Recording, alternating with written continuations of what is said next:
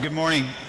We're going to call the meeting to order. It is 9:02. Today is November 17th. This is a scheduled management and planning session. All the council members are present. Town clerk is present. The town attorney is here. He just stepped out for a minute. Town manager is here. Please stand for the Pledge of Allegiance. I pledge allegiance to the flag of the United States of America and to the republic for which it stands, one nation, under God, indivisible, with liberty and justice for all.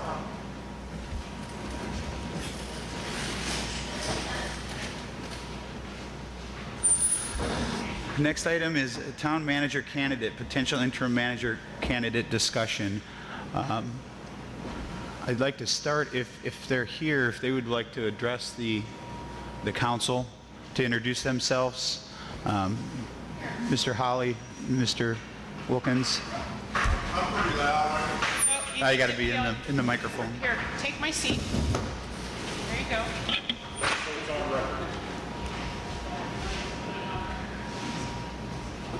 Well, Keith, so we'll do this one at a time. My name's Chris Holly. I'm a retired city and county manager. From all my experience has been in Florida over the last, hate to admit it, 50 years. This would be the 6th city and 5 counties that I've served in Florida over that period of time. Grew up in the Tampa Bay area, went to Florida State, graduate school at USF, Temple Terrace, Collier County, Naples, Suwannee County, Okaloosa County, City of Pensacola, City of Apalachicola, Gulf County, Jefferson County. So a lot of local government work. When I see what happens to a community, I've been through, I think I've added up a dozen Cat 3s, one other Cat 5, Hurricane Michael. I have a house in Port St. Joe, Florida. 4 years ago, a little over, got hit. My heart goes out to y'all and what you're going through.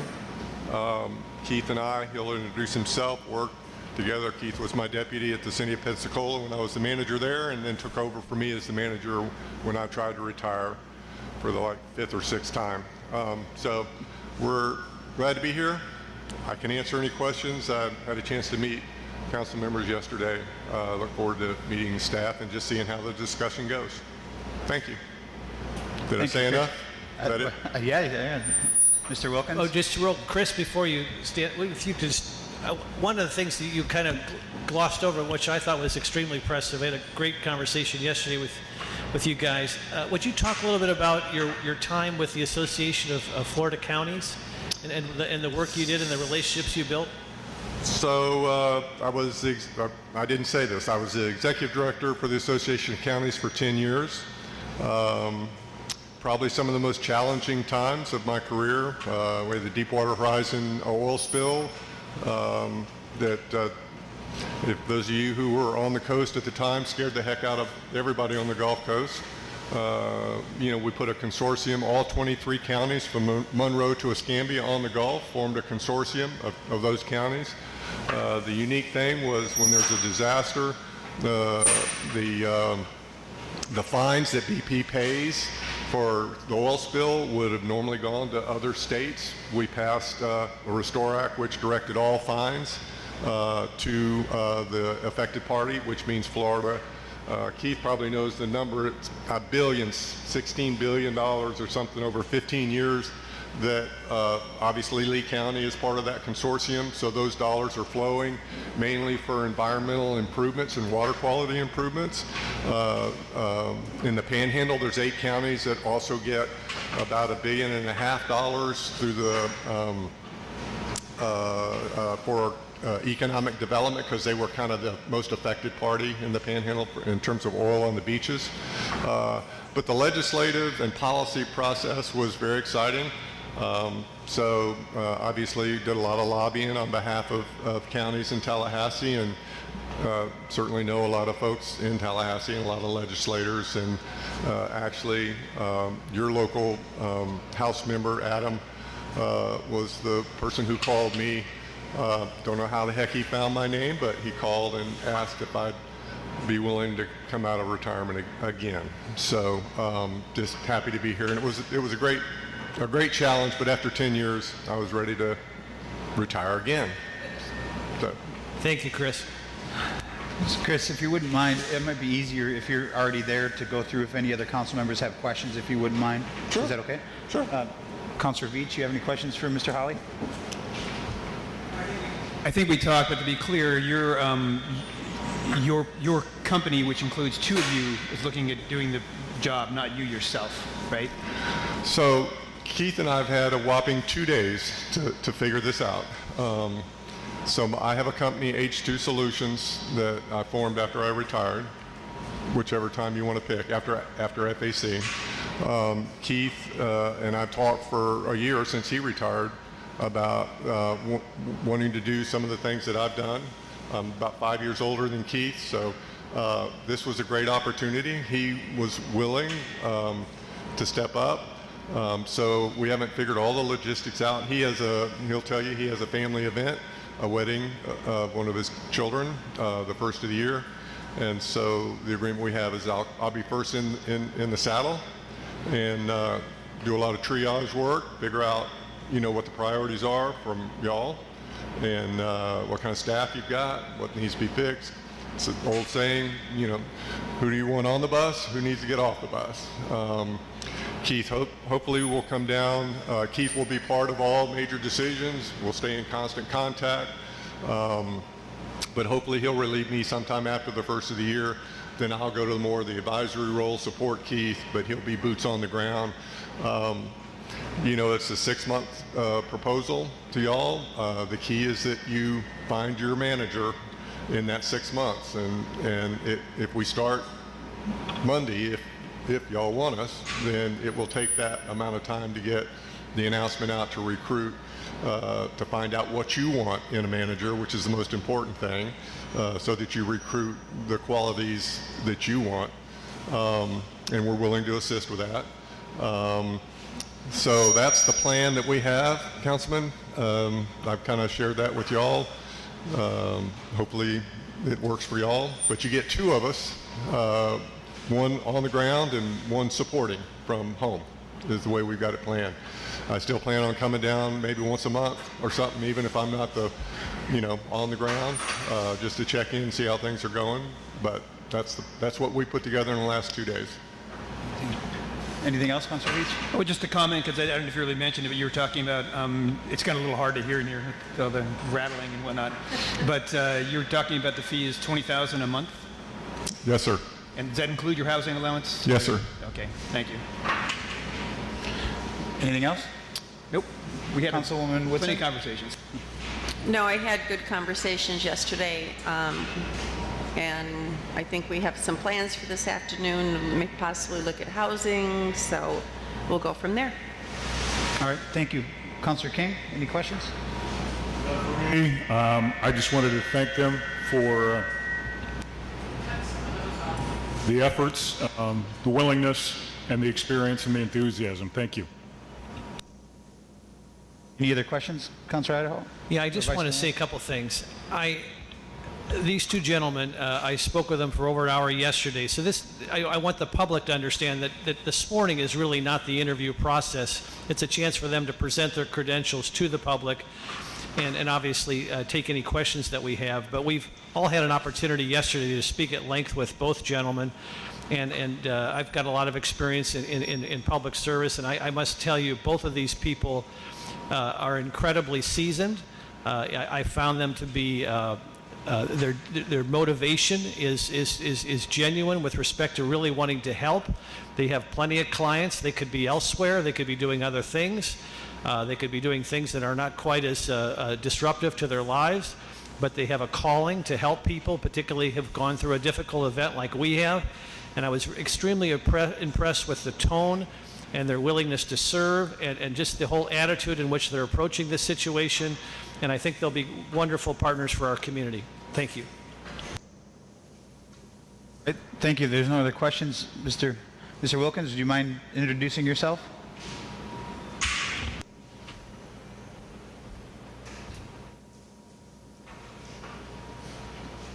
Good morning, and council, good morning. I'm Keith Wilkins, and the first thing I'd like to say is I'm just so terribly sorry for what your community has gone through, both those who didn't survive, those who are residents and council.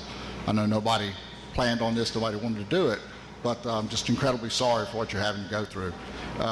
My background, I was the city administrator for the city of Pensacola after Mr. Holly left. And prior to that, I was the assistant city administrator for Pensacola. I was there for 6 years. Prior to Pensacola, I was with Escambia County. I was their community development, natural resources, and environment director for 17 years there. So that's 23 years of public service. Prior to my public service, I worked in environmental consulting I established 2 different offices for national firms in Northwest Florida, Southern Alabama, excuse me, for engineering and environmental services, doing remediation work and water resources work. So that's pretty much me. I've served in statewide offices for different organizations. And again, I retired in December of last year, December 7th, I think, which is also the day I started, was December 7th. To a cyber attack. We had a terrorist attack on the Naval Air Station in Pensacola the day before, Chris's last day. We had a cyber attack that night, a couple of social events in Pensacola that were traumatic for many of the citizens. So, and then later that year we had Hurricane Sandy that hit us, or Sally, and the mayor and I went through a lot there, and Chris did too. So I think that building staff, working with the community is critically important. What I've been doing since I retired in my consulting life, I've established a firm doing community advocacy work, helping communities talk with government about local government mostly, and some federal, about their community issues, environmental, food deserts, environmental justice, social justice issues. So coming from the community to help them liaison with government is kind of where my heart is. So I look forward to this opportunity if council makes that decision, and look forward to meeting all of you. Thank you. And any questions? Vice Mayor Louderholt, you have any questions for Mr. Wilkins?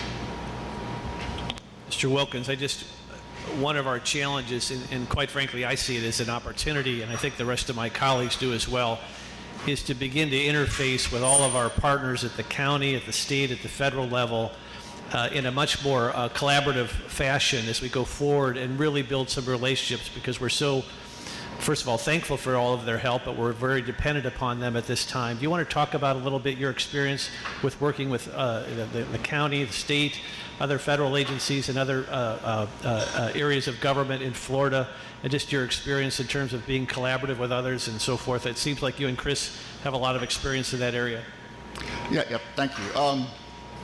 We've not had this discussion yet, but I just found out 2 days ago that one of my clients in Pensacola, a neighborhood there working next door to a Superfund site on the reuse of that, the impacts to their neighborhood, and I just won a National Achievement Award from EPA for representing the entire southeastern United States in Region 4 of EPA. So that's because of the working relationship we'd established with that federal agency, with the local agencies, the state DEP, the city of Pensacola, Escambia County, and then Region 4 of EPA. So that's one example. It's very recent that I was surprised we didn't nominate ourselves for that, which is a good thing. I'd rather not.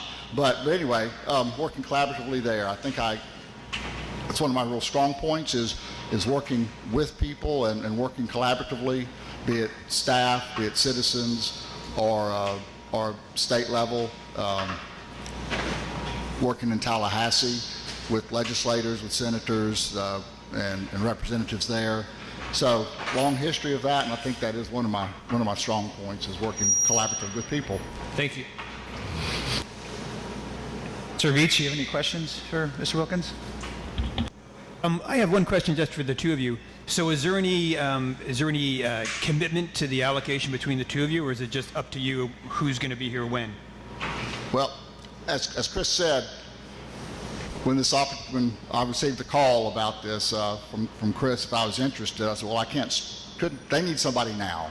And I couldn't start until after New Year's because my youngest son is getting married at our house with the reception at our house December 31st. And my wife was like, great opportunity for us. Her sister lives in Nokomis, so it's a good opportunity for us, good work for the community, but not until then. And so Chris, I posed that back to Chris, and Chris said he could fill in for the first 5-6 weeks until I could come down. We will work collaboratively together. I'll be working in the background while I'm in Pensacola, assisting Chris as need be while he's here, and then we'll trade those places after New Year's, and I'll be here on the ground, and Chris will be working at home collaboratively with me. So that's what we've come to so far, if that answers your question. So then essentially, Chris will be here for 6 weeks, and you'll be here after that. Correct. Okay. For the duration of the 6 months that we've proposed. Right. Anything else, Councilor Veach? Nope, that pretty much answers it. I just wanted to add one thing to that real quick, that I spoke this morning with a gentleman named John Ward, who has been around the campus quite often. He is the Clay County Emergency Manager. He will be here on Sunday through the 6th. He'll be here every single day. He's staying here. So he comes from the state. It's not going to cost the town anything. He is here to help advise, answer any questions, anything we need, anything the interim town managers need to get us through the next few weeks. So I just wanted to put that out there so that you guys were aware of that. I wasn't sure if you were or you were not. So just for clarification, he will be here in addition to, if these guys are here, or Mr. Steele's here?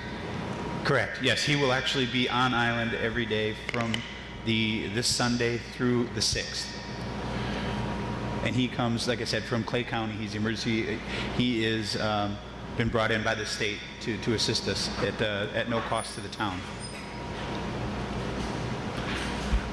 Mr. Mayor, what I was going to say, it's certainly within this council's discretion and discussion to then direct staff, and we'll make it happen, is assuming the consensus is to move forward with looking at and modifying and coming to an agreement with these two gentlemen through their corporate entity, will do so. I had mentioned and had spoken to all of you and informed you of Mr. Ward and his coming to the town. I also shared that information with the gentlemen, so they weren't caught off guard when we spoke about it yesterday. So it's up to you as to where he fits in, if at all, or are we, because Mr. Steele is for now on the job as your interim manager, theoretically until Monday. And I don't know, and obviously on Monday when we meet in a regular meeting, you'll obviously be able to take action. Is where we go from there. Is and one of the things for this council to consider and make a decision on is then Mr. Ward here for a month, potentially as the interim manager or as a consultant, and what point in time do we then potentially bring on H2O in that level. So those are the types of issues that I think need to be potentially discussed amongst yourselves and then clarified and consensus reached. So myself, Mr. Steele, and the clerk can then move forward accordingly based upon that conversation and start preparing, if necessary, any particular items for placement on next Monday's agenda. Okay, we'll discuss that after we get done, but it's my understanding that he is going to be just a consultant. It's not an interim manager position. He's here simply to offer advice, offer suggestions, guidance, if you will. I spoke with both these gentlemen. They didn't seem, I don't want to speak for you, but it didn't seem that you were opposed to that. So just kind of give you that. We'll discuss that after we're done with the questions from Mr. Wilkins. And just for clarity, Mr. Mayor, Mr. Ward would then be working under the supervision of Chris and Keith then, right? He would be at their disposal. Correct. Whoever would be your interim manager. Yes. If they become the interim town manager, Mr. Yes. Ward would be working under their supervision. That's correct. That's right. Thank you. Councilor Woodson?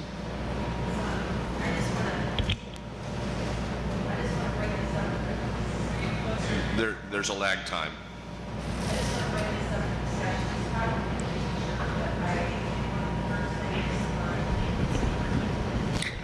Thanks. Thank you. Okay, there I am.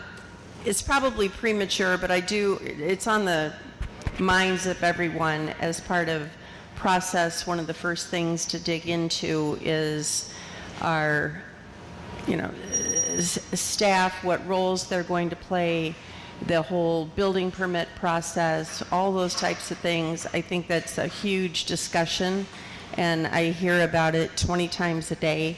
So I just wanted to bring that to the attention that this is something that is really, really first on our list of things to do along with the search. So. Okay, thank you. Anything else? No, I'm good. Councilor King, you have any questions? Good, thank you. I believe you guys have already answered all my questions, so. Thank you. Yep. So bring it back to the council. Is there any more discussion that you would like to have, or is there a consensus to move forward and direct staff to continue working on the contract agreement to bring back to us on Monday with Mr. Wilkins and Mr. Holly? Consent. Consent.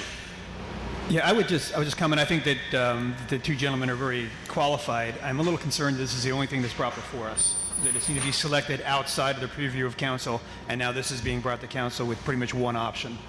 But I do believe these guys are qualified. I'm just concerned about that process, that it wasn't as transparent as it could have been. All right. Thank you for your comments. Mr. King? I agree. Let's move forward. Okay. Staff, you have your direction? Okay. Next item is the web EOC. Is Danielle here? We don't have the printout that was She wasn't. Okay.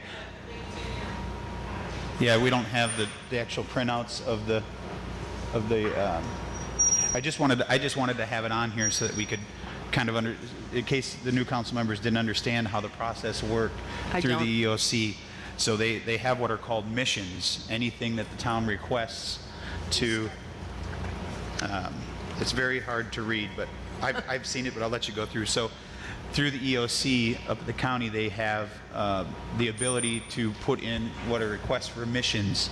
So whether it's debris removal, whether it's cleaning sidewalks, whether anything that we can think of that we can ask for help for goes through this web EOC, and then it gets assigned missions, and that's how things get completed. Daniel Felton has been the one that has been at the EOC for us, managing this and handling this for us. So I just wanted to get it out there that that's how the process has gone. That's how these things have been getting done. It's come from requests from within the town, within the teams that have been here helping us to get that into this web EOC so that the state can review it and get those missions moving forward. So I wanted you guys to see this so that you can see how comprehensive it is and kind of go through. It is in the packet, so it's out there for the public to see as well. It's hard to read on this sheet, I know, but it essentially tells you what we have put in for, what's been approved, what's been completed, what's still out there. It's really useful information, so if you can review it, you can think of anything that maybe hasn't been thought of, that would be helpful. So I just wanted to get that out here for you guys to take a look at. Yes. Hey, Danielle, can you give us a few minutes and kind of discuss what the web EOC, how it works, a little bit of the details of that? Okay. Real close. All right. So I've been working at the Lee County EOC since the hurricane, and they stationed me there. So I've gotten pretty efficient with sending resource requests. So how that works is someone from the beach would tell me we need porta-johns, for example. I would put in a request into their web EOC. It would get pushed to state web EOC, and from there I could contact anyone along the way to get that finalized, approved, the logistics figured out, and then eventually delivered.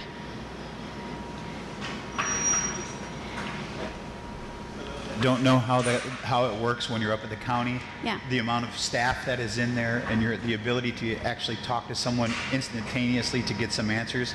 Can you just kind of give the new council members or any of the council members that may not know how that process works there? Of course. And kind of what it looks like? Yes, of course. So it's a huge building, and it's like the control room has this whole wall full of TVs, so they were constantly monitoring the weather and any press conferences that were going on. And at the time of an incident, there's probably 100 or more people there in that room. And everyone's a representative from a different agency. So all of the municipalities has a liaison. I was the Fort Myers Beach liaison. And then there's agencies for fuel. There's the National Guard will be there. Lee County Sheriff's Office is there. Representatives from FPNL. So anyone that you might need a resource or at least information from would be just a few feet away from you.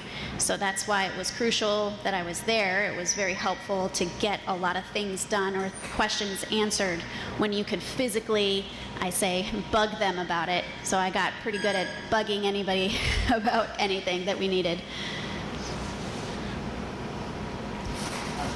Councilor Idaho, do you have any questions for Danielle? Thanks for your service, Danielle. No questions. Councilor Veach? I'll just say, thank you for diving into this bureaucracy that would drive me nuts. It's a testament to your sanity. One thing I would point out, though, it's kind of like our budget process, is I would appreciate a big picture view. So there's, obviously projects like the resource centers, which have all of the little bits and things that they need. I would like to know what's going on with Town Hall. Is that something that's on a timeline based on FEMA? Are we contracting someone to demolish that building if we're not going to use it? Is anyone looking into, or where are we in the process of looking into the expense of taking the Bayos Gym and cleaning it up into making it into a temporary town hall? And like beach cleanup, I know there's a lot of different aspects of that. I know that the mayor was just talking about how that if you have a private property owner and you want cleanup, that you have to go through the same iandebriscleanup.com that you would is a house on your property. Councilor Veach, if you wouldn't mind, we're going to add to the bottom council member items. If you can bring all that up so that the staff can record it so we can work on getting those answers. I just want to make sure that we're not wasting Danielle's time. She's very busy. I want to get her to work. But the ascension point is how we organize it, because with the budget we added, pie charts and things to make it understandable. This chart was interesting if you look in the detail, but there's a lot of detail and not a lot of high-end view. So if we are going to make some kind of EOC report, I appreciate a little bit of higher-end view, higher view. Thank you. Yes. Yeah. Let me give you all of you a practical example of how the web EOC system works.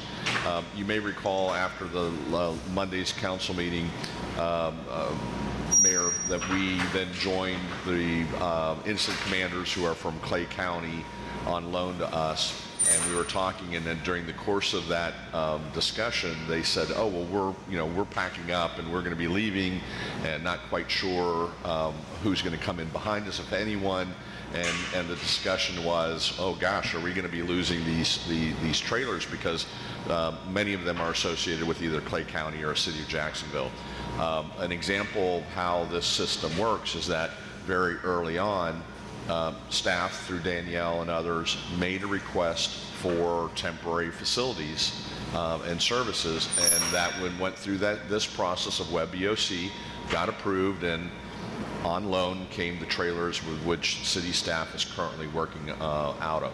That's independent from the incident commanders and anyone else that may be coming and going. And as you all know, over the course of the recovery process, there have been different agencies that have been taking the lead as far as incident command on behalf of the town, who've been borrowed through this web EOC process.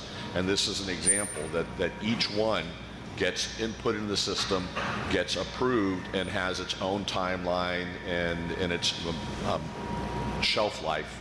And as we get notifications back from the state that, hey, we're coming up against the deadline of, let's say, these facilities, then we will be able to report to you all and say, well, we need to start looking at where are we going to, in this specific example, where are we going to relocate, because we're not going to have these facilities for an indeterminate period of time. Eventually there's a shelf life, and that shelf life will expire, and we will, as those deadlines come up, we will obviously be informing you all, seeking your direction, and in the case of the town hall situation, you've already instructed us to look at alternatives, including talking to the county about the library and other locations, potentially assuming we can get the Bay Oaks facilities clean and operational, going to that location. And so we will continue to keep you informed. But in my opinion, that's a very good example of how this Web EOC process works and how the state has assisted us through approving those requests that have been uploaded into the system. And, magically, the City of New York Fire Department shows up. The Clay County people show up. And that's a real-world example of how that system works. All right, thank you, John. Councilor Whitson? My question is more of a process question. Do we, if there's something that needs to be brought up, Danielle, do we come straight to you? Do we have to go through the council? Do we have to go through our town manager? How does that process work? Well, it would depend a little bit on the resource. So if it's something that you're planning on the town to pay for, then you would have to clear that with the town manager and with the finance director. Then you can come to me, I'll have you fill out a paper form, and from there I'll turn that digital into a Web EOC request. It'll get sent to the Lee County first. If they approve it, it would get sent to the state, and if they approve it, they'll come right back to us and say, okay, and it's on its way. If it is something that you're expecting the state to pay for, you can come straight to me. And I'll do that same process. Paper first, digital, county, and then the state. What I have been noticing, though, is at this point in time, the state is pulling back a lot of their resources. So they're not eager to give us much more than they already have. Now, there could be some exceptions to that, and there's always people that we can approach and explain the circumstance and the need. So I'm not saying it's impossible. I'm just saying it's a little bit harder now than it was right after the storm.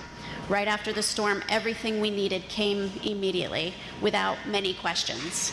But the state their resources are depleting, and obviously we already owe them, well, they're going to pay for most of this, but it's all a financial thing, so we got to be cognizant of that.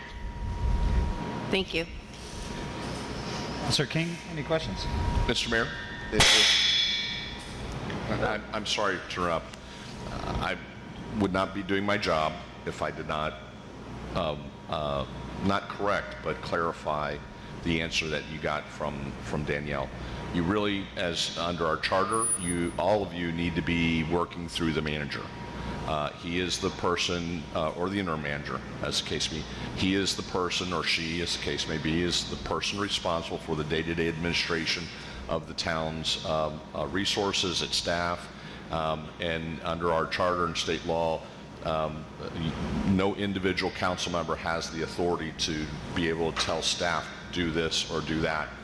That is the purpose of the manager, so you really need to be working with him and through him, and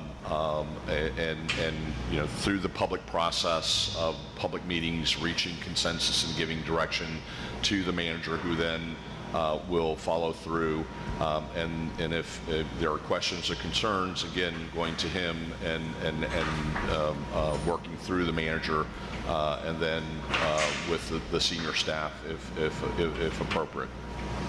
So want to caution you all. Thank you for the clarification. Councilor King? Questions for me, but I just want to thank you, Danielle, for stepping up and stepping forward and all your hard work on this. Appreciate it. Thank you. Thanks, Danielle. Well done. Okay. The next agenda item is FMB restoration. This is essentially just discussion points that has been kind of the same thing that has been on our normal meeting. Whether we want to maybe go forward and call this council member items instead of FMB restoration, because they kind of seem to be falling into the same bucket, but for now we'll call it that. So we'll start with you, Councilor, or Vice Mayor Adderholt, if you have any comments. Mr. Mayor, I was just curious procedurally. There was discussion on Monday that we would bring up the curfew issue. Is this an appropriate time to bring up the curfew issue? Absolutely. I'd like to start with that because we've heard from a number of businesses as well as residents with respect to the curfew. Councilor King, I think, mentioned it on Monday, and I think all of our councilors have referenced it in some capacity. And I think we rightfully waited until we could talk to the sheriff's office, and I'm guessing a lot of people have. I had a long conversation with Captain Tim Lawler, who's our representative for the sheriff's office here in Fort Myers Beach and oversees the operation here. He was 100% supportive of the curfew change. Again, the proposal is from, instead of 7 to 7, it would be from 6 a.m. to 8 p.m. He felt as if there would be no public safety, adverse public safety implications, and he understands how helpful it would be to the local community as well as our businesses. And so if it's appropriate now, Mr. Mayor, I would like to move that we change the curfew at least, and I'd have to defer to our council on this, but maybe we could announce it today and then affirm it at our Monday meeting. John, could I procedurally do that? Well, to the extent that the sheriff's office has gotten back to you in that liaison capacity, saying yes, they're amenable, you certainly can say that, and then to the extent that the where things were left was actually to approve and implement the change would be on Monday, and we can begin that process of trying to draft up an emergency ordinance for you all to have on first reading. And so I guess my question is, if we move this today, and could I make a motion that it would instruct the town manager to work with the sheriff's department today to make that announcement? You wouldn't make a motion, but I think the consensus is to start that process. That was But I guess, can we start the curfew change today upon consultation with the sheriff, or do we have to wait till Monday? If the sheriff is willing to do that, and that's the communications, the understanding that the manager has with the sheriff, that's he's the person in charge of that operational aspect, and we'll just come back and update the code to allow that to formalize that change. So I would ask Mr. Mayor for consent upon the completion of a communication between our town manager and Captain Lawler and/or the sheriff's office to make sure everybody's coordinating and in sync with each other. I would ask for consent that we change the curfew from 6 a.m. to 8 p.m. I would be supportive of that. Councilor Veach? I agree. I talked to one of the sheriff's officers, and they said that the number of calls has really dropped off. They're not right now nearly as busy as they were. Things have settled. My biggest concern is safety. That there's already a lot of hazards out there. If people come late at night and want to go on the beach in the dark, there are numerous things that can do them harm and that are not properly marked off. So that's my biggest concern, is not people going to restaurants and getting on and off the island. It's going out into places that are just not safe, particularly in the dark. Thank you. Councilor Woodson? I'm totally in agreement with 6 a.m. to 8 p.m. Councilor King? Yes, I totally agree as well, but I just wondered if I caught your video message yesterday, and I didn't know if you wanted to share about that. It seemed like there was certain areas that it was only going to be off the north end, I thought, or something like that, or did I misunderstand? Yeah, so some of the issues, and talking with Captain Layler, they haven't had any issues. We did have one gentleman that was having some issues with getting back on the island from the south end if they left, getting back on, because Bonita Springs is a different district. They're the south district versus we're the west district. That situation was handled, and they have not heard anything since then. But they do recommend that you don't use the south exit if that's the case, just to eliminate any potential district understanding, because they obviously have different things than we may have. But the north end bridge would not be a problem. But again, they have not had any, other than that one instance, they have not had any issues with people getting on or off. So it shouldn't be an issue in their eyes. So you just I think raised a question, Mr. Mayor. Could you clarify that one more time, because a lot of people are using the south end. So are you saying the new curfew would not be applicable to the south end? I just want to make sure I understand you correctly. I guess we can check with Captain Layler on that, but the curfew is going to be the curfew, but there could potentially be an issue if Bonita has a different curfew than we do. I don't know off the top of my head what their curfew is, but they have told me that it will not be an issue. Okay. So let me revise my request then. Let's move forward with the new curfew, at the time in which our town manager can be in communication with the sheriff's office and make sure that it could be uniformly accepted both on the south and the north end from 6 to 8 p.m. And let's work through that process too, because I'd hate to change this and then be in conflict with Bonita. When I talked to Captain Lawler, he didn't reference a problem on the south end, but I certainly want to be sensitive to that. So let's make sure that there's going to be no problems on either the north and the south end. And then with that, I would ask for consent to move forward with the new curfew. Just kind of comment on that, Vice Mayor, is that people have to go through Bonita to get to Fort Myers Beach. So if Bonita City, if they have a different curfew, then we really can't ask them to let our people break the curfew and not their own people. No, that wasn't my point. I want to inquire to see if that's a problem. If that is a problem, then we need to reconsider our action.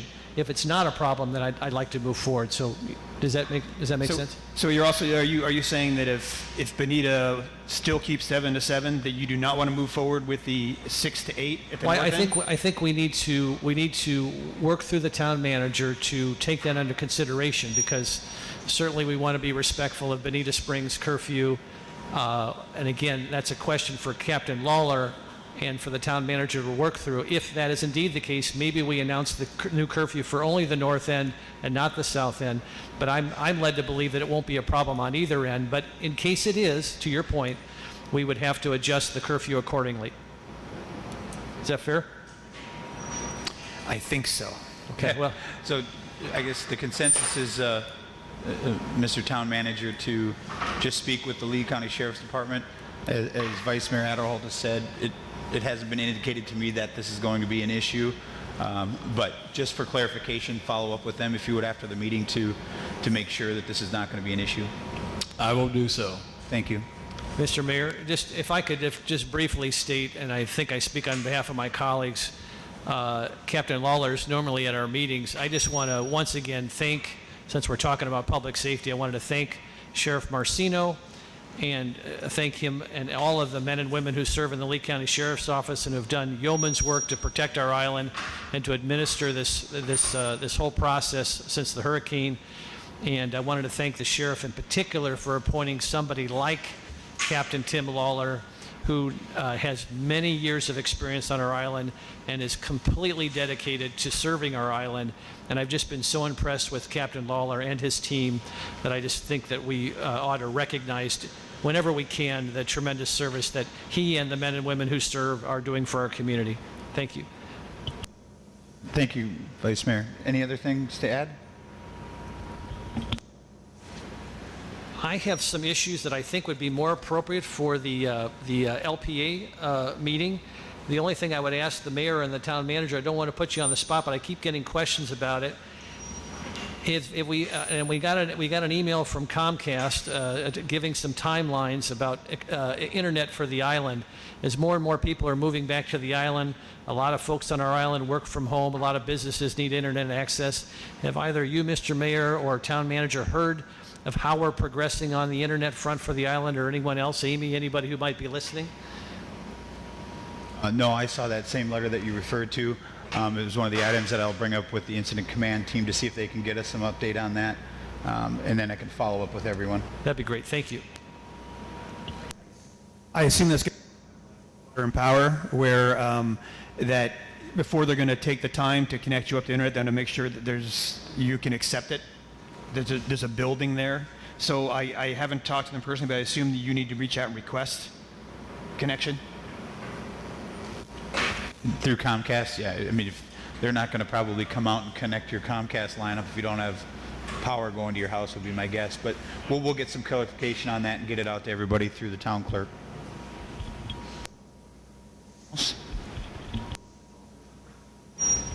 Councilor Veach, anything to add? I have a few things that would be better off for the LPA. I'll hold off on those. A couple of what we were talking about earlier is that I understand from previous discussions with our previous staff that the town hall, there's insurance to settle, there's a FEMA money, there's a window. I just want to make sure that in the transitions, we don't lose that window and end up costing us potentially millions of dollars on tearing down and rebuilding town hall. Also, we had talked about, the last thing I think we left it is the staff was going to investigate the feasibility of taking the Bay Oaks Gymnasium and converting it into a temporary town hall. I'd just like to make sure that's going forward. And I assume too that conversion, fixing Bay Oaks Gym falls under the same 50% rule as everybody else. I can give you an update on that. As of this morning, I was speaking with the incident command team. They have sent it out to bid.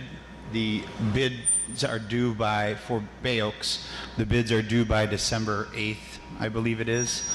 He has told me that once the bids are received and the council accepts a bid for that town hall could be inside that building in 90 days. So it is moving forward.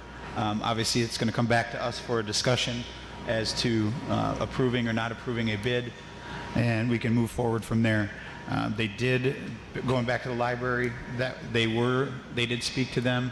It's my understanding that the insurance company for the library didn't think it was a good idea for that. I do not have an update on the building on the south end. Last I spoke with the previous town manager, that there was a cost issue that wasn't a financially feasible decision to make. So we're still working as of now. They mentioned that the trailer, the town staff is working out of this trailer. We're trying to get some clarification as to exactly how long that trailer is going to be here. I'm hoping to have that information in the next day or so that we can plan accordingly.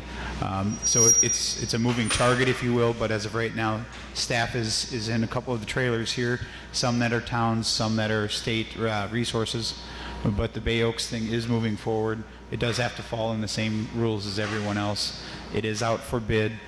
We should have those bids back by the 8th, and again, 90 days after that, I've been told that we should be able to move in there as our temporary town hall. Yeah, I appreciate that. Thank you for the information, Mayor. That also kind of is the point, is that we can demolish Town Hall and make more space. I kind of feel like we're living on a lot of people's good graces for the trailers and for the space here at the fire department when they are down one station and probably need as much space as they can get. So I think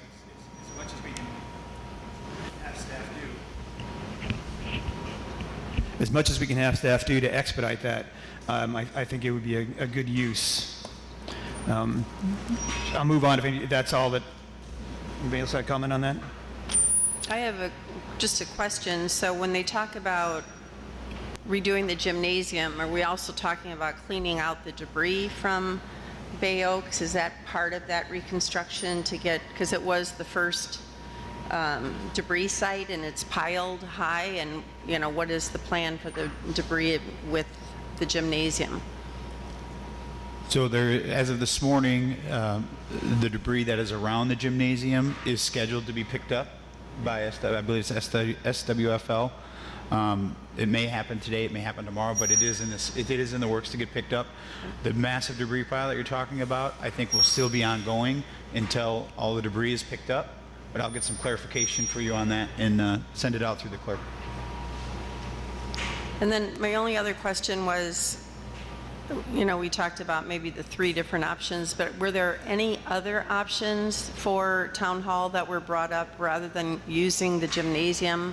I know we're fighting hard in the next couple of months for the school and obviously the next couple of weeks, but was there any thought given to any other place, or those were just the most apparent? Maybe town manager, you can opine on this. I know that there's been discussion about places off island, but it's my understanding that that order has expired, so any business has to, as far as council, has to be conducted on the island. Is that correct? Or am I mistaken? The emergency order that was for 30 days that allowed us to meet off island. To meet off, to be able to meet off the island? Yeah, that's expired. We can certainly reach out to FDEM and ask if they'll issue a new order to extend that period of time. But as it currently stands, we are required to meet on island in this facility or other, whatever else we could potentially locate. And also there has to be a physical quorum of this body in order to be able to meet, whether it's in workshop setting or a council meeting. We cannot use the Zoom or other social media platform as an alternative for meeting purposes unless the FDEM reinstates or extends that order. And I'd just say too that I think that, you know, really a big part from what I'm hearing about the permitting process is people really feel the need to come in and have a building they can walk in and talk to personnel. And I think the further away we would be, even if it was allowed, I think it would be detrimental to that. I understand that, you know, the Bay Oaks would not be, it would just be a big room with a lot of cubicles. It wouldn't be fancy by any means, and that's going to be probably home for a few years. But it would also be, I think, the most economic way, potentially, depending how the numbers come back. Yeah, there's always, I can tell you every day, they're looking at where the staff's going to be. They're always looking at solutions. So by all means, if anyone has anything that someone hasn't thought of, please bring it up, bring it to the clerk's attention, and she'll make sure that we can discuss it and bring it back and go from there. But as of now, those are the plans. I think it comes down to finding out exactly how long we're going to have use of the trailer that they're working out of now. Councilor Veach, to one of your other points as far as the permitting, and now that the DRC is opening back up with FEMA down there at Beach Baptist, there's talk about trying to have someone there from the staff to be able to answer some of the questions with permitting or any other issues that we're having. So that is in discussions. I think that's a fantastic idea, to be able to have someone walk in and physically talk to somebody and get questions answered that they may not be able to. So that is in the works. Obviously, it'll come back here for you guys to opine on that, but those are being discussed every single day. That would be a good idea. I know it would be maybe cumbersome for the staff to be in two different places, but I think that, you know, it's important because they're working and people don't really see them working, but I think a lot of people require that interaction. If that's done, I have one more thing. I think the rest of it, I think, is probably LPA, but someone made a comment to me. They said that if you accept FEMA money, that you are then required to carry flood insurance. And I verified that with FEMA. What I'm also trying to verify, so it means if you went through and you don't have insurance and you filed for FEMA and you get the money, it means that you have to have insurance on that property. If you don't have insurance, then that property will not ever get any FEMA money. Now, I also had the question out that if you've done that and you want to return the money, can you do that? And I haven't heard back. So that's just an interesting tidbit I thought that might affect some people. And on that note, Councilor Veach, the DRC, I believe their soft opening is going to be today, and they should be open by tomorrow. Anyone that has specific questions, they will be there for you to go in and ask. Again, it's at the Beach Baptist. I saw them this morning pulling in their very large FEMA motorhome. So they're going to be there. They're going to be available to answer any questions. And I did also ask that specific question about the SBA. If you do take out an SBA loan to rebuild your home, you will be required to carry FEMA insurance, because that was a question I was asked specifically as well. Which I guess is actually like any other loan, as far as the SBA loan. And I guess, John, to talk about the 50% rule and how we implement that, is that something for the LPA? Would that be better done with the LPA? I think that's one of the specific items that the LPA wanted to talk to you about, so I would suggest that we leave that item till the meeting with the LPA. All right, then with that, I have nothing further. All right, thank you, Councilor Veach. Councilwoman Woodson. I have a number of things. So we talked, and it keeps being brought up, about beach cleanup and beaches unsafe and that kind of thing, and I know you were going to start looking into something, Keep Lee County Beautiful. Yeah, there's a lot of coordination. Actually, there's a lot of moving parts, because it depends, like the mayor said on his announcement, that if it's private property, then you need to get the right of entry resolved before anybody can really go on your property, remove sofas and dumpsters and whatever's on your property. So there's a few steps to be done, although I don't think it necessarily has to be done all at once, I'll say. So what about like private people who have beach cleanup contracts and that type of thing? Can they be going forward with, say, the condo associations or, you know, the restaurants that were on the beach? Can they move forward and I can contract with their help. own personnel? So it is, if it's your private property, you can go clean up your own private property at your own cost. You can certainly do that. Okay. What we're speaking about is if you want Ian Debris Cleanup to come in and remove that, you need to go on there to give them the right of entry so that they can take their equipment onto your property that you own in the sand to be able to clean up that debris. So you still as a private, and please correct me if I'm wrong, John, but I believe as long as you're a private homeowner and you want to remove the debris on your property at your own cost, you have the ability to do that. You certainly do. It's just, you know, do you want to use the resources of the state and save potentially some money? You then execute that right of entry, provide the necessary information, because there are some insurance related issues, because you basically then transfer to the state the authority to pursue the insurance claim on your behalf, because that money's already been spent, and if it can be recovered, the FEMA would like that. With respect to the issue on the beach, yes, individual property owners, any property owner can take steps to clean up their property, but with respect to, in particular, the beach, I would caution that they probably need to get or confer with town staff, because at some point in time, or depending upon the nature of the debris and what was there or what's there now, there are state issues, and you know, the dune, you know, we have some very not only the town but the state as well have some very specific regulations when it comes to directly or indirectly modifying the beach conditions, even through cleanup process. So it's going to be, unfortunately, in comparison to maybe home removal or debris removal, a more complex and longer process. Thanks for that clarification, John. I just wanted to add one thing. For those that didn't see the update on the Facebook page yesterday, because I have gotten some calls and concerns that, well, I went on there, but they're asking for my insurance information. Is this a scam? It is not a scam. So once you go on to iandebriscleanup.com and you fill out the form, they will ask you for your insurance information. That is, once you fill that out, you do not have to do anything else. They will then handle any claims with your insurance company.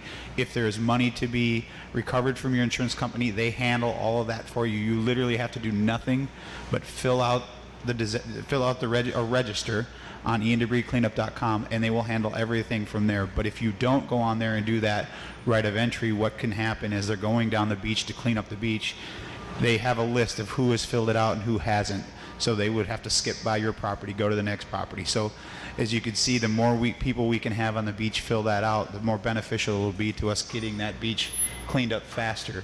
And they have told me that, you know, for safety issues, there's a lot of big things out there. I've been out there the last couple days, and there's a lot of things that you don't see that are sticking out of the sand that are very sharp. And to let the professionals come in, get the major stuff out, then we can start working with we can work with these groups to then get out there and start picking up the smaller things, but they're really going to be focused on the things that are dangerous, that are harmful to the environment, that are harmful to people that are going out on the beach. So I've asked the incident command team this morning to try to work with staff to come up with a list of all the homeowners on the beach, to be able to reach out to them, because maybe they haven't seen meetings, maybe they haven't seen the Facebook posts, and try to get that information so that we can get them to fill it out, so when they do go out there and they work, they can be very efficient and we can get back on the beach. So that must be where some of the confusion is lying, because I've heard from a few condo associations that they've been told that they have to sign up for FEMA for debris removal, but it's really not signing up for FEMA for debris removal. It's just... My guess is that it wasn't necessarily FEMA that they were, maybe it was FDEP, because through the delegation process that's taken place, FEMA is going to be responsible and overseeing, although I've heard that they've turned that over to FDEM, which is Florida Division of Emergency Management. but the last I heard and the report is that FDEP, the Florida Department of Environmental Protection, had put out a bid, proposal, and it's been responded, and a contract has been awarded to start the beach and the canal cleanup process. Because it's water and beach, it had to be through initially FDEP, but the administration and ultimately the oversight is, and we can certainly confirm this, is going to be turned back over to the Division of Emergency Management through an interlocal agreement or MOU between those two agencies, much like is what's taking place with the Upland cleanup process. And then it will be presumptively the Florida Division of Emergency Management that will be overseeing the one or more contractors that have been awarded the contract, again, to clean up the beach and the nearshore waters under the auspices of the state, FDEP. Yeah, so just so a little more clarity for that, the state is handling the cleanup of the beach and private property and commercial property debris removal. The importance of getting your insurance information is then the state can show FEMA for reimbursement that we've done everything we can do. Either the insurance company says no, they don't have coverage. That then serves as a form to FEMA that the state can get reimbursed from FEMA to do that. So that's the reason they're asking for those questions. I know there's been some concern about that, but SWFL is the contractor that's handling the debris cleanup for private property and commercial property and waterways. Crowder Golf, is my understanding, is still doing the right-of-way cleanup and the town's beach property. But I think it's clear to say that if a condo association wants their people to go out and pick up the debris they can pick up by hand, there's nothing prohibiting from doing that. If they want to get machines out on the beach, then it becomes a little more complicated. We've been encouraging people, just for safety reasons, obviously the water is very dangerous, to not go on the beach if you don't have to. Again, let the professionals do their job. Once they can make it safe for us, then we can get out there and we can do what we do as a community and grab some bags and get to work. So, Mr. Mayor, just for try to clarify this, just one more step. The form that you were encouraging everybody to fill out, that's strictly germane to people who are living on the beach, correct? Or is that everybody on the island? No, everyone on the island. Everyone on the island should go, even if you think you don't need it. If you go on, you're essentially, whether it's a paver, or a retaining wall, a downed tree, anything that's on your property that needs to be removed, no matter how small or how big it is. If you go on there and you fill that out, they will come on your property, they will clean it up for you, they will handle it through the insurance, but without it, they'll just skip right on by you. And that begins when? In other words, if let's say our town manager has all of his debris out on the street and it's ready to be picked up and he's not filled out that form, when will they stop picking it up, or will they continue to pick up as long as it's on the street? As long as it's in the right of way, it will continue to get picked up. This is specifically, as it was explained to me by Director Guthrie, it's if you have your house, the four corners of your house, they will come out, clean up your property. They will still continue to clean up the right of way as you push it to the right of way. We're specifically talking inside the right of way and waterways and the beach. Thank you. Mm-hmm. Just a question on that. Sorry to interrupt. It's a radio. The 60 days is about up, right, for the debris cleanup? I know there was always talk about getting 90 days. Do we know any more about that, Dan?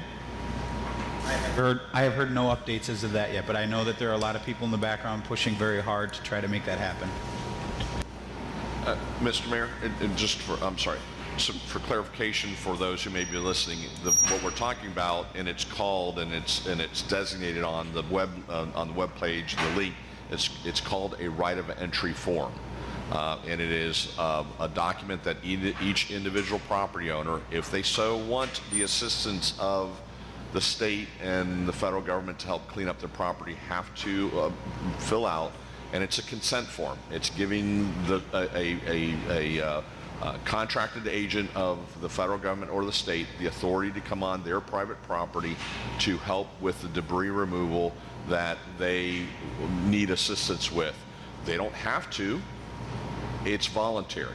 Mm-hmm. But if they don't fill it out, then they won't get that assistance. And that's on our website, the town It's on the website link is on our website. It's iandebris.com. IanDebrisCleanup.com. Cleanup. Sorry. Yes, there's a link on the website. It's all over. You'll probably get sick of me hearing me say it, but Yeah. it's very important. As of yesterday, I think there was only 350 people that had filled it out. So either it's people not getting the word out there, but spread the word as much as you can. The faster we can get these these right of entry forms, the faster we can get the canals, the backyards, all that stuff cleaned up. So it's a very important thing to do. Okay, so another question I had, and maybe a suggestion. So as we're getting more of these food trucks on the island, we're probably going to run into the issues of public bathrooms or anything like that. I know we're kind of running into it right now up at Times Square, and the bathrooms are for the residents. The people working at the food trucks and things are not necessarily residents, so they're not being allowed to use the restrooms. But I was just thinking that maybe part of the process of permitting for the food trucks is that they also need to supply portable restroom along in that permit process, because at some point those restrooms are going to be leaving quickly, and so then everybody's going to be flooding to some of the buildings that are open or whatever it may be. But maybe we should consider changing that permit and having that as part of the permit. Yeah, so as of this morning, I was told that the Times Square restrooms and showers have been pulled back by the state. So that doesn't mean we can't get restrooms back there. We have to go through the process, I think, as Danielle was talking about earlier, to submit for that kind of things. So I would take any suggestions you have up through the town manager, who then can pass it on to Danielle to work on getting those out there. Sorry, just a couple more. We talked about continuing weekly meetings. Is that something that we are doing, or what do we need to do going forward? I think we still have a meeting on Monday, the 21st, for town council. That was one of the items I was going to bring up, but since you brought it up, talking with staff, obviously, as we're coming into Thanksgiving, and then we need to discuss what the council would like to do as far as having meetings for the remainder of this month, and then into next month through the end of the year, and then starting next year, do we go back to the normal rotation like we had before, or do we add an extra meeting or two as things come up? So it's open for discussion here. I'd like to hear from the rest of the council as to what you would like to see. As you said, right now we have a meeting scheduled every Monday. Do we need to have a meeting every Monday going forward through the end of the year, or is there a different alternative you'd like to propose? Well, since I brought it up, I think at least through the end of the year, I think it would be really important, or maybe not even through the end of the year, maybe say until December 19th, the week before the holidays, to continue with our weekly meetings so that we are continually up to date. I think the meeting on Monday is extremely important because we have employment agreement issues, possibly we have transition, that type of thing. But I personally would like to see weekly meetings through at least December 19th. Adderholt, do you have any objection to that? I think that's a good plan, and I guess the only question, Councilor Woodson, if we did that, should we make one of those in December in M&P so we could have some additional flexibility? But I like your suggestion. Yeah, I mean, we could actually make the 12th a combination M&P and council, or something like we're doing today. I mean, also, I know the LPA is going to talk about getting some more consistent meetings going as well. So, yes, I'm totally open to that. So under your proposal, we would meet Monday the 21st. Obviously, that's a substantial meeting. We would continue to meet Monday the 28th of November. We would meet Monday the 5th of December, We would have an M&P on the 12th, Monday of December, and then we would have our final meeting in December on the 19th, again, all at 9 o'clock, which is a Monday in December. Is that consistent with what you? I've got my calendar in front of me. That's why I'm so proficient here. Don't be impressed. It's not off the top of my head. Yeah. I think it's good. And the only one that maybe is a question mark because of the holidays and people traveling might be the 19th. So maybe the 12th being the last one, and then we start again. Well, January 2nd is a Monday. I don't know that we want to start right then, but we could start again on. I would say I'm comfortable January with that 9th. because by then we will have a solid team in place here in terms of transition as the town interim town manager position. So, but I could go either way on the 19th. I'm happy to be here, but if we want to give the staff a break from us and kind of recover, but I would yield to others on that. But I think probably taking the 26th off for staff purposes, Right. in particular, the day after Christmas, I think that's wise. Right. And then if I look in January, we already had our normally scheduled town council meeting for January 9th, and then the next one, January 23rd. I think going back to our regular schedule in January makes sense. Right. Okay. I'll just point out that really there's no more meetings with this system than we normally have because we already have 3 meetings a month. So we have 2 town council meetings and an M&P. So all we're doing is moving the M&P from a Thursday to a Monday for December. So it's really, honestly, I have plans. I work my plans around the town council schedule, the anticipated schedule. So I will miss a couple of those meetings. But I think that really just sticking to the regular schedule, allowing staff to get in their rhythm, and it really wouldn't be to be maybe one with keeping this weekly meeting every Monday. I think there's one additional meeting we'd have before the end of the year. Councilor King? This is a hard one for me because I made a commitment back in March and was originally going to be out of town from the 16th through the 21st of January, but I can come back and we'll change that. But the 19th would be a problem for me, but if we're going to meet on January 9th, I would be back and change my plans for that. But in the interim, I would like to stick with that part of the plan that I'd already made a commitment to my wife and others in March. So the only date that would be an issue for you would be the 19th of December? 19th, yes. And I think they've said that's open for moving around, but just wanted to verify that. So, Mr. Mayor, since I have my calendar in front of me, I would move that the council meetings for November and December be the 21st of November, which is a Monday at 9 o'clock, the 28th of November, which is a Monday at 9 o'clock. It would be December 5th, which is a Monday at 9 o'clock, December 12th, which is a Monday at 9 o'clock. That would also be considered an M&P meeting, and that would be the last meeting of December. And then we would meet again on December 9th, which is a Monday at 9 o'clock. I'm sorry, January 9th, January which 9th. is a Monday at 9 o'clock. I don't think we can. Going forward, we would revert back to our normal schedule, unless you all tell us otherwise.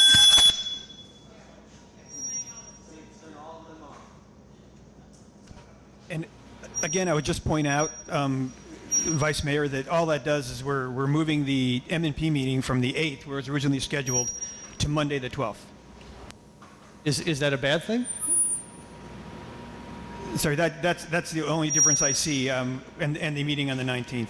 So I really don't see going to every meeting on a Monday doesn't really give us any more meetings if one of those meetings is an M&P that's usually on a Thursday.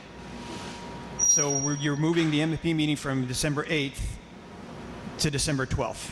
Right. I say, is that a bad thing? I think that I don't see a particular reason to change the way things have been done for years, is to have the M&P on a Thursday.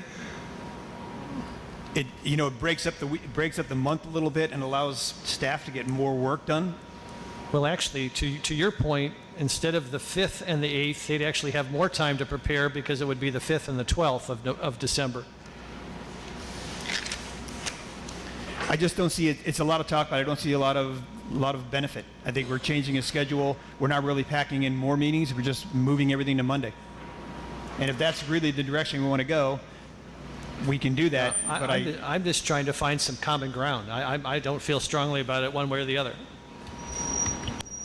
I think there's been consensus of the meeting schedule laid out as by Councilor Adderholt. So we'll continue to move forward. I agree. I think it's going to be important with the incoming interim town managers to, they may need direction with policy as they go through. So having a meeting every Monday to allow the staff then the rest of the week to, putting two meetings in a week, I think is a little much right now as we're trying to get through the uncertainty of where their offices are going to be. So I believe staff, you have direction from council. Madam Clerk? So let me just make sure I understand. You want a meeting November 21st. All of the above are going to be at 9 a.m. November 21st, November 28th, December 5th, December 12th, which will also be an M&P. So there's 2 meetings on that day. Make the 12th just an M&P. Only an M&P. Okay. Is that all right, Mr. Mayor? I'm certainly okay with that. Okay. January 9th next year. And then after the 9th, we're going back to the first, third Monday schedule, and then the Thursday following the first Monday. That's right. But Madam Clerk, I think we have an anomaly in January. I think because of Martin Luther King Day, the meeting is it on the 17th, which is a Tuesday? Mm-hmm. So we have a meeting on the 9th and then a meeting on the 17th in January, just for the record. Is that correct? Correct. Okay. Whenever the holiday's on a Monday, we move the council to Tuesday. That's fine. I just want to make that public and clarify that. Mm-hmm.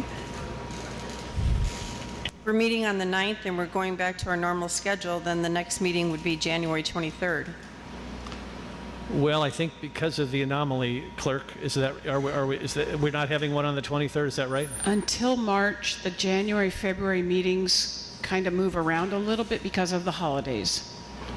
Yeah, January is the anomaly because our normal schedule is the first and third Monday of the month is the regular meetings. But in this case, in every January, you know, this year, January, the first Monday is the designated federal holiday for New Year's Eve, which is the 2nd. So we could either, you know, then it would go to 1/9, but then that's Martin Luther King, so we then would shift 1/9 to 1/10, and then the next meeting would be on January 23rd if you go back to the every 2 weeks. And then starting in February, we would get back into, because there are no holidays that impact the first Monday and the third Monday. No? February 20th is President's Day. That's a holiday. Right. So it would move to the 21st. So what I would recommend for consideration is we move the meeting that was supposed to be on the 17th to the 23rd. One reason, it just keeps the meeting spaced out better, and I have a conflict on the 17th anyway, so I will not attend if it's on the 17th. Does that cause you any heartburn, Madam Clerk, changing the January 17th meeting to the 23rd? That works for me. It doesn't cause me any problems, Councilor Veach. Anybody else have any problem with that? I do not. All right, sounds like we have consent to have the meetings on the 9th and the 23rd of January at 9 o'clock. And it sounds like we're also not going to have the M&P in January, which was scheduled on the 12th. Is that everybody's understanding as well? That's up to council if you want the M&P on the 12th. No M&P on the 17th then? I'm in agreement. Mr. Mayor? Yes. Very good. I think we have consensus.